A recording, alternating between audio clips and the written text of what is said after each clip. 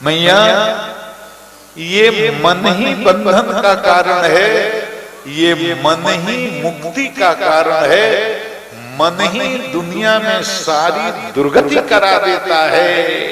मन बिगड़ गया तो नरक भेज देता है, मन अगर संभल गया तो वैकुंठ पहुंचा देता है। यही मन। ठाकुर जी ने, भगवान ने हमारे अंदर दो यंत्र फिट करके भेजा।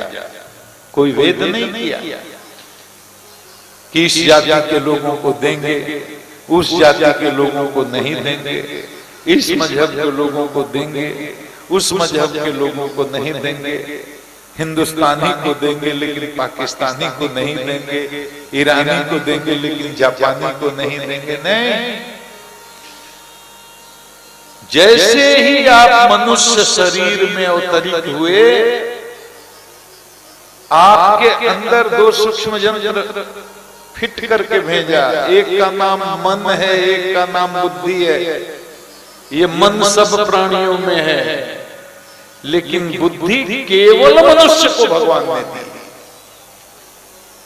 पूछोगे कि जानवरों में, पशु पक्षियों में बुद्धि नहीं है? बहुत सीमित मात्रा में है। आहार, निद्रा, भय, मैथुन तक सीमित है। अपने रहने के लिए घोंसला बना लेंगे, चूहा अपने सांप बील की व्यवस्था कर लेता है, पशु पक्षी वृक्ष का सहारा ले लेते हैं, खाने के लिए यत्न करते हैं, बच्चा भी पैदा कर लेते हैं, अपने अपने तरीके से निद्रा भी ले लेते हैं। उनकी बुद्धि यहीं तक सीमित है। आहार, निद्रा, भय, मैथुन। वो परमात्मा के बारे में नहीं सोच सकते, वो ब्रह्म के बारे में नहीं सोच सकते, वो जीव और जगत के बारे में नहीं सोच सकते, वो प्रकृति और सृष्टि के बारे में नहीं सोच सकते, वो बंधन और मुक्ति के बारे में नहीं सोच सकते, क्योंकि मनुष्य योनि को छोड़ करके बाकी ब्रह्मा की सृष्टि में जो 84 लाख जीव हैं, सबके सब भोग योनि में हैं। सबके सब भोग योनि में। केवल मनुष्य के पास बुद्धि है। मन सबके पास, और भोग योनियों में मन के अनुसार आचरण करते हैं।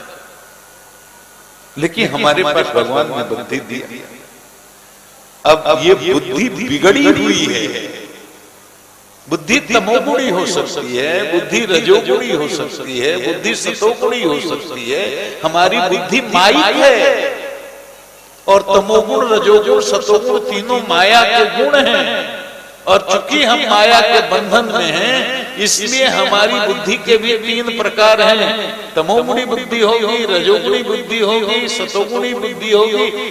तमोगुणी बुद्धि होगी तो हम मनुष्य शरीर में पशु के समान हैं। चारवाक दर्शन हमारा दर्शन होगा।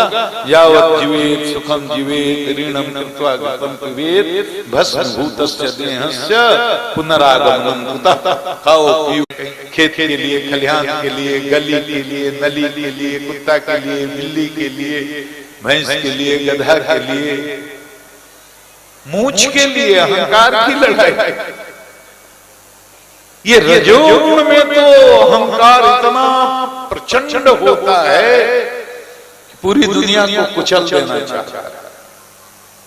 और इस रजोगुण के कारण पूरी दुनिया तबाह है। पूरी दुनिया में देखो क्या हो रहा है।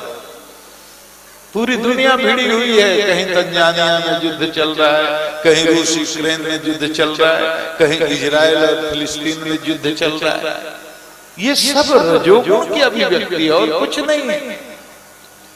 रजोगुण में भय है, रजोगुण में एक्शन तो है, ऊर्जा तो है, लेकिन उसकी दिशा सही नहीं है।